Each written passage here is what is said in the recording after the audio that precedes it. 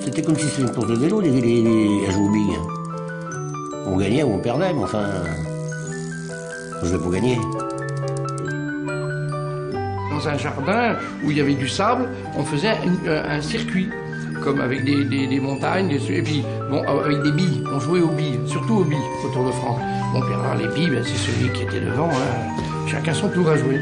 Voilà. Alors, il y avait des billes jaunes, c'était le maillot jaune, des billes vertes, le maillot vert, etc. Voilà.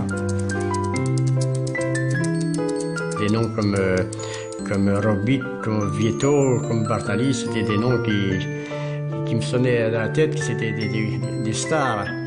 Et je me rappelle surtout quand c'était les arrivées au Tour de France au Parc des Princes avec Georges Briquet qui commentait les arrivées. Ça faisait une résonance. Oh, moi ça me faisait donner la chair de poule. Et je me disais, oh, moi je voudrais bien arriver un jour en vélo ici au Parc des Princes, dans une course, même une petite course, ou même le dernier, mais je voudrais arriver au moins une fois au Parc des Princes.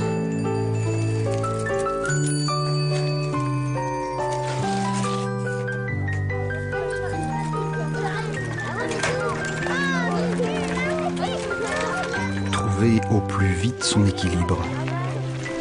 Donner le petit coup de pédale qui va procurer une première sensation de vitesse et de liberté.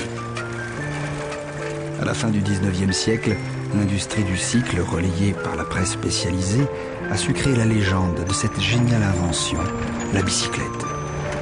Courses mémorables, héros providentiels et spectaculaires victoires font rêver des générations d'enfants. À califourchon sur leur vélo, ils se lancent à la poursuite d'exploits dignes de leurs idoles. Bien souvent, c'est chez eux, au village, que tout a commencé.